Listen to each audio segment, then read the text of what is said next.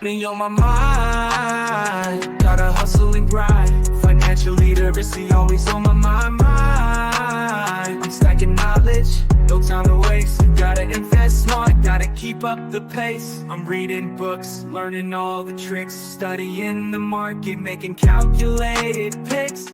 What's good, everybody? It's your boy Reckless right now, and we are back at it again with another episode of Future. Well, actually, it's Operation Debt, February 2025. We've got to find out what we did. These are going to actually be pretty quick until we get to the point where we're deploying our, how do I put this? Until we start deploying out of our income portfolio, because that was kind of the big linchpin in how we were knocking at this to begin with. So we are kind of in a holding pattern. We're sitting around $30,000. I'm going to go ahead and bring it to the screen, and we're going to break it down, and we're just going to talk about it. So adding to the stage, those of you who are looking, we are looking at the medical debt, which we now have under 2,000. What do we do with that? We put it on a payment plan, because they had a no interest payment plan, because people don't pay their medical bills. So when enough people don't pay their medical bills, you get some options. And I didn't realize this until the last one, but I'm paying $290 a month, and I just pay it till it's over. Outside of that, what else do we have? We have our Capital One. Now that one we've been putting some numbers on. We're in the process of paying those numbers down. That is a high priority card because we are paying full bore interest on it. We shifted the Capital One, that's the active card. Now, this is the last payment. I did not do an update. This was the last payment that I made from February. February and March, both 2 paycheck months. So there's just less income coming in to begin with. Anyway, we're waiting for our taxes to be finalized, so that way we can go ahead and start the payment plan on I think it was like $1,400 that I owe for taxes. And we're going to pay that off in chunks. Reason being, because I get to keep more money in the market versus having to take an entire month of my dividend income back to just pay that off. So that gives us a little bit of something to reinvest with, and also puts that on the back burner. I like to keep as much money as possible, especially with this volatile market. I mean, March, I was planning on actually pulling dividends out of the market and going ahead and starting back in on Operation Debt this month. That's going to be put off until next month, which is April, which was kind of the furthest when I was looking at paying the taxes anyway. We've taken out some margin to buy this current dip. So far, it's looking good. We'll see how it turns out. We got a couple of really good plays off of that. I'm really excited about. We hit 1,000 shares of Misty, which I am also super excited about. That's going to definitely help with the income piece as we get back to firing off that income, and being able to deploy, reinvest, and do all the things, because the income portfolio, we are actively reinvesting as we're paying off debt as well. Once that's unleashed, I think it should start rolling pretty quick. With this margin deployment, we actually got a couple of more positions solidified, actually, which I wasn't thinking we were going to be able to do. But, we hit 1,000 shares of Misty, which we've been buying a lot of Misty shares, which is our landing pad. There's always going to be a bunch of shares in there in comparison to other positions, most likely. But still, that's a big deal. So we've hit our 1,000 share target. We've got all but 1 week, our week A payer. And for those of you who are in the YieldMax community, that you know what that means. You get 3 big paychecks a week for the monthly payers from YieldMax. I've got 3 of those weeks. I've got positions that I'm now manually reallocating as we're building them up. I will probably start using them to attack debt at somewhere around probably 250 to 500 shares. Most likely 250, because I want to get stuff paid off fast, because I am still shooting for getting that my car traded in this year. I won't be mad if I get it done next year, but I want it done this year. I'm hype. I'm looking at trucks and stuff all the time, and cars, something all-wheel drive, air-conditioned seats, and premium audio. Those are basically my my must-haves. And I've got a few vehicles that fit that bill. So, and honestly, the negotiable piece of that would be the air-conditioned seats. I can live without it. I don't have it now, but I kind of want it. And I figure if I'm paying money out of my pocket, I want to get something I want. But with that said, we are definitely in a holding pattern. So the debt's not necessarily going away, which I understand people are gonna be like, why are you doing these episodes where the debt's not going away?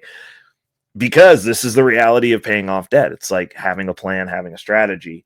One of the things that we did do was we crossed the threshold of our portfolio has eclipsed the debt, which this is the reason this debt has been accrued, because we are building up that portfolio. We're looking to pay it off with the income portfolio, but the portfolios in general, the income portfolio and my long-term holdings portfolio, like if I was to wash everything, even at the dip, which we are in right now, I could walk away and I'd still have a little bit of money left. I just do not want to give up those assets. I don't want to give up those positions, because as soon as I do, I already know what's going to happen. The market's going to run and I'm going to have to buy everything back in at a price that is worse than what I currently have. And then I'm going to miss out on the growth opportunity. And I've got some pretty big hitters in there where I'm like, yo, we'll wait for this. We'll wait a little bit. And, you know, if we're going to pay it off, we'll pay it off with growth, or we'll pay it off with income, because I'm going to be paying taxes on those things anyway. And obviously I know a lot of people are saying that, oh, well, you know, if you pay it off, you get to lock in 7.65%, that 29.74%, that 22.99%. But if you notice, we did pay off the Chase slate. Moving on to the Citibank, which is still at 0%. We are chunking through that. That is now below 10K. The Discover card, which is also at 0%, but getting ready to fall into me owing money, is below 1,000. So like that's in striking range. And then we have our Chase slate, which we shifted off some of that. So it's not the payment. When the payment comes around, isn't near as bad as what it was, because we took about half of it and put it in a 0% interest space. So now we've got $5,000, almost 5,500 sitting on that, which we are also going to be chunking down as soon as we get this Capital One done. And we're also probably not buying anything that we don't need for a while, because, like, you know, debt. keep buying stuff. You keep, like, so we're doing need to haves. We're making some of the adjustments on that. We're going into turtle mode because we did set ourselves back a little bit, not being able to take this month's dividend payout and maybe not next month's dividends payout, because we're going to pay back our margin. We have margin on the account. Now, another option that I do have before me is I could start utilizing the margin to kind of get rid of some of these first, which after we pay this one back and see how it rides, we might start doing that, because that would be something where I could pay off my Capital One card, shift all of my expenses and payments and stuff over to the Chase card and do the velocity banking out of that and just use the margin to pay this off, and then let my dividends pay back the margin. And then once the margin's paid back, rinse and repeat, because like this would probably be within striking range at that point, pay that off. And now all we're worried about are these, how would you say that? Are these little paltry, well, they're not little or paltry, but these credit cards that are sitting at 0% interest. Like that might be a strategy, because like, obviously, if you're in a hole, you want to stop digging, but like part of stopping digging is like, you know, just getting it out of the way.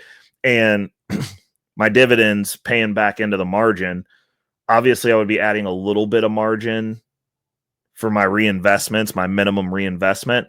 But one of the benefits of that is all I got to do is just check back in on my portfolio and wait for it to like hit zero again. And I just dump my whole check into whatever position we're actively paying off. Like that might be something we do in a shift moving forward, because eventually the check's going to be going into that dividend account anyway.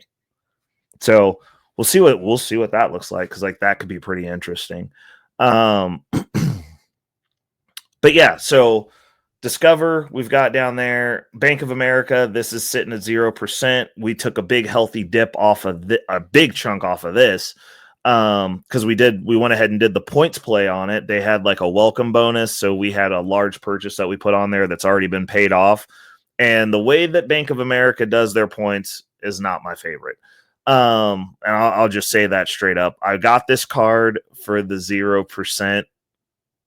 So I can't complain about the way that they do their cash back, but I don't like it in comparison to any other credit card that I have. And I will just put that out there. Like, it's not a card that would ever be a daily driver for me. This is a great balance transfer card. They had a really good offer. We're at 0% until July of 2026, which is pretty cool. Plenty of time to pay that off. So that puts that in a very low priority back burner position, because that's 12 months out. But since I paid the card off in full before I did the balance transfer, what we did was we got to apply that welcome bonus of $300 on top of the payment. So like, we took a good healthy chunk out of this starting off, because like that's going to be under $9,000 probably when we report back for next month.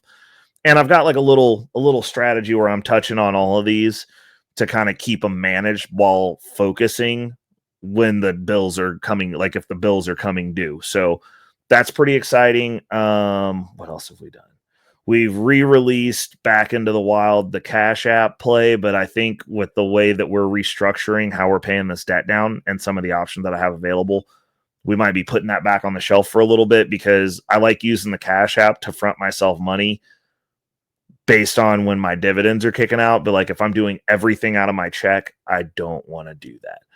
Also, we're probably looking at having another influx of money. We're moving some money around with my retirement accounts, because as we know, I don't believe that, and I've gone all in on my plays that I have. So it's time to move some of that money, and we're going to have a video on that.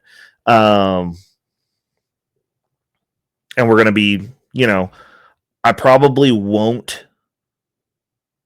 Actually, I'm going to say I'm 100% not. I'm not using any of that bulk money that comes in to do anything but fund my portfolios, because I would rather just generate additional income than play around with throwing that chunk of money at clearing this debt. I really don't want. I mean, I don't know, man. It depends.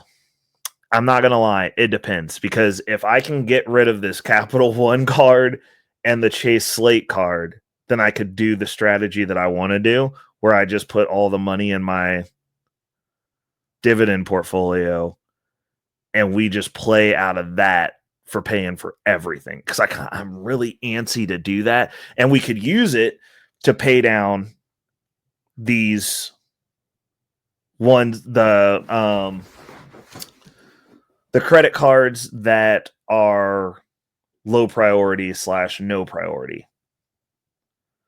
I think we might do that. That could actually be a good play, because then all you don't carry credit card debt people could shut up. Like, you guys could stop giving me grief about the 2 cards that I have that are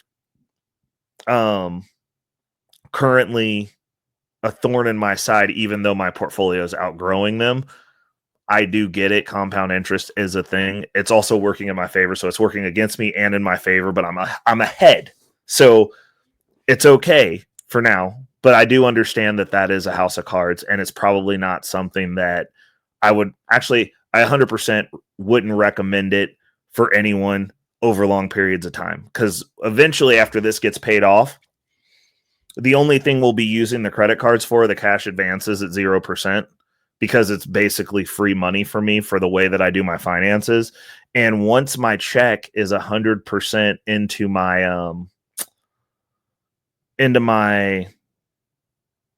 what is it? 100% into my income account, that's going to be a game changer, because I'll only be worried about those dividends. So like, every time the check hits the account, I'll probably just buy into whatever's getting ready to pay out next, and then use those payouts to pay everything off. And then the dividend account will continuously be growing. And those dividends that are getting kicked out will overarchingly pay off all my debt. And then I will have extra money left over, which will also be used to invest. And so you just keep it growing. Like now you're constantly feeding the machine. And I think if I do that for the next 29 months, I will be definitely well within a work optional space and definitely in a space to where I'll be able to make some larger investments, because at that point, once I start having the capital that I want to invest the way that I want, and I'll have access to the investments that I want, it's going to be a game changer for me. I'll be able to do a lot more stuff on the investment front, but obviously first we've got to get this cleared up. So that's going to be something to think about. So if you just see randomly my Capital One and then my Chase, these two red ones, if those disappear at random, then you know that that's what the play was. And these videos will be a little bit more interesting, considering that we'll be paying off what's left with debt and then actually looking at what I'm spending, because then any new influx of money, that's going to be a different conversation, because I shouldn't be really buying a bunch of really expensive stuff. So till next month, people, this was February's operation debt. I know we're kind of sitting in the same holding pattern. We're sitting at $31,427.78 in outstanding debt. 10,110.48 of it is high priority debt, which means those are the first things that are pressing in my world right now, which is the Capital One, the Chase Slate, and the Discover, which will be kicking over into carrying interest soon. The Discover, I'm not so much worried about. It's these two big numbers, because compounding interest and the law of large numbers, like those, even though I've got a lot of large numbers working on in my favor as far as the portfolio eclipsing this, and I'm interested to see what the income is going to look like out of it after the moves that we made. But outside of that, I want these two gone. Like if we can condense this down into one, because out of these, like I love my Capital One. It's a good cashback card, good rewards, easy to use rewards, unlike Bank of America. But my golden child right now in Daily Driver, until we make this next credit card play, is the Chase Slate. I've got a lot of points on there, so I've got a trip to plan and stuff to pay for in regards to that. But that's the Daily Driver card for me. It's just that's medical bills that's left. So we've got to suss that out. And I mean, we'll see how that's going to go, because depending on what my dividends are actually going to be looking like, I might only need to pay one of these off to get it out of the way, because once I convert my check over into my income portfolio, that income might easily knock this out very fast. So we just need to see what we're going to be capable of doing and what the numbers are going to look like and what the market brings this spring and summer, because you're at the whim of the market when you're in high yield dividends, and it's not something that can be denied or push out or any of that stuff. But I think if my math is correct with the way that my portfolio is set up, if I was dumping all my checks in there and I started there and then just let the dividends come every week, I think that would put me in a space to where I would be fine paying all these things. So it's going to be an experiment, but as soon as I get the current interest-bearing debt gone, I'm running it. And I'm going to be running it as soon as possible. When we switch over to that, that's going to be its own thing, and we'll talk about it, and it's going to be great. And then you'll get tertiary updates with this type of content with the Operation Debt Crusher. So that's going to be Operation Debt for the month of February. Hope you guys liked it. Hope you guys are tapping in. I know nobody likes talking about debt, but at least we're not talking about your debt. We're talking about my debt. But if you want to talk about your debt, like, hit me up down in the comments, because you're not alone. We all have stuff. Life happens to all of us, and it rains on the just and unjust alike. So this shouldn't be something that people are scared to talk about, especially if you have a plan to eliminate it, or if there's a reason for its existence. Like, it's not something that you should carry as a stigmatism unless you just buy stuff and you're faking your lifestyle and you're in debt and you have no way to get out of it. And it's not backed by any type of asset. You can't liquidate and make it go away. But yeah, anyways, until next month, I hope you guys enjoyed the video. If you did, definitely hit that like button. Definitely, if you've been here more than twice, hit that subscribe button and tap in with me down in the comments because I do respond to my comments, except for you spammers. You spammers, I'm reporting you every time and hiding you on the channel so you never get to comment again. It's a one and done for me. Because we're not doing that over here. You're not going to get my people. The wolf pack looks out for each other. But also share this with your friends. Let them know, hey, this guy talks about money all the time. He's got a good portfolio and he's got debt. He's paying it off. Novel concept. Because we're not trying to get rich by ourselves. And also, this isn't one of those highlight reels where we only talk about stuff when numbers are up and things are going well and I'm flexing on you. This is real life, my real numbers, my real situation. We're working through it just like everybody else. I know I'm doing it more efficient than the rest of you because per the statistics, I'm not complaining about the stuff y'all are complaining about. So tap in and see how you guys like. I want to talk about it down in the comments. Am I crazy or am I crazy? Till next month, people. It's your boy Reckless Ray De Niro. Peace.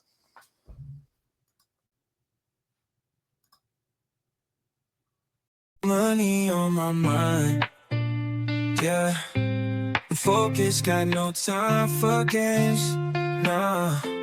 I don't play, man, I'm all about that financial literacy. Investing in my future, building generational wealth. Dollar bills, they be calling my name, but I ain't chasing fame, I'm chasing change. Learn the game, now I'm playing it smart. Putting my money to work, it's an art. I'm stacking paper, building my own empire. No more living check to check, I'm getting higher. Investing in stocks, real estate, and more. Gotta secure the bag, that's what I came for.